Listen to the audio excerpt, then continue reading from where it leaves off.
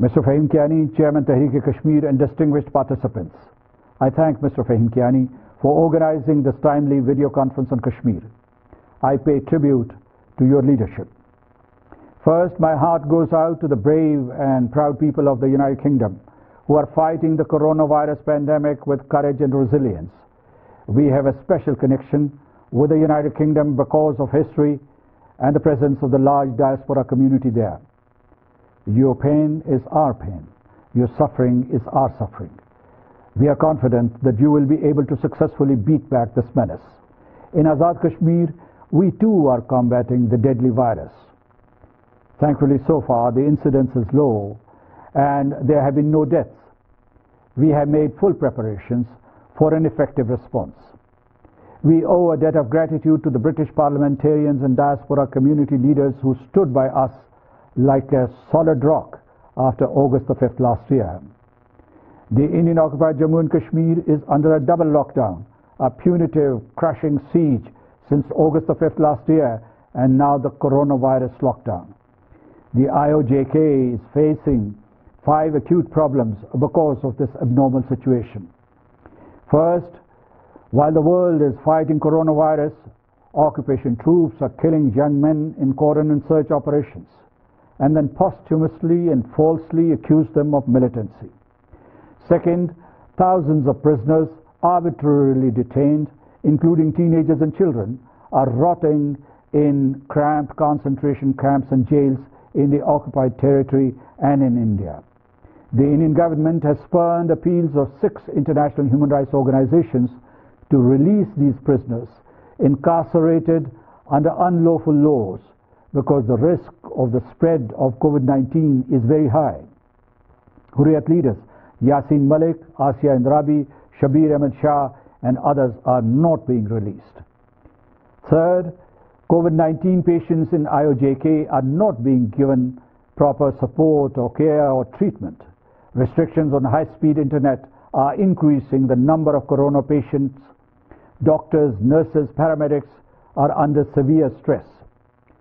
Fourth, early this month, the Indian government, in the dead of night, furtively introduced new domicile rules that would give permanent residence to Hindus from India to reduce Muslim majority to a minority in the Jammu and Kashmir state. This is a sinister move to take away Kashmiris' jobs, livelihoods, land and educational privileges. It is a brazen step towards land grab, colonization and establishment of illegal settlements in a disputed territory recognized as such by the United Nations. This move violates 4th Geneva Convention, ICC Statute and the Security Council resolutions on Jammu and Kashmir. The United Nations has been completely silent on this dire, oppressive development.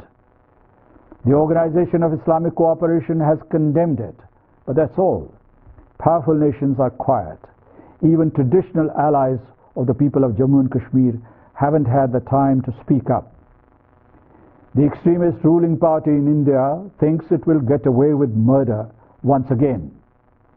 Fifth, Indian government has deliberately escalated hostile fire across the line of control targeting civilians.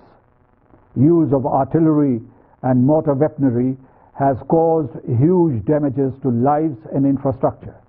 Since January the 1st this year, India has violated the line of control, the ceasefire along the line of control, nearly 800 times. The picture in IOJK is dismal and it is getting darker by the day. I appeal to you to mobilize the British parliamentarians and the all-party parliamentary group on Kashmir to call out India for its actions which constitute war crimes, crimes against humanity, ethnic cleansing and genocide. India should not go scot-free. If the coronavirus crisis teaches us anything, it is this: we are one big global family and we cannot allow such brazen trampling of human rights over people who want justice and freedom. Look at the strange turn of events.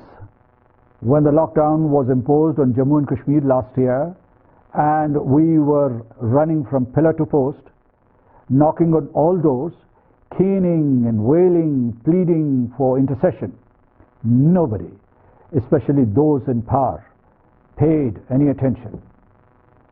They could see a brutal lockdown, but they did not lift a finger. And today, the entire globe is under lockdown. There's a lesson in this for entire humanity.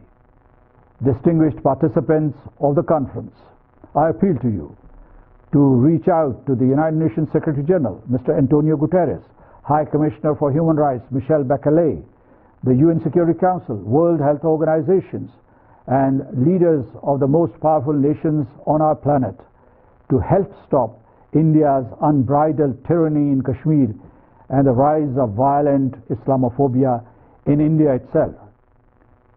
Please also send communications to the International Committee of the Red Cross and the United Nations Under Secretary General for Humanitarian Affairs to ask India to help establish a humanitarian corridor for besieged Kashmiris. Last but not least, keep the issue alive.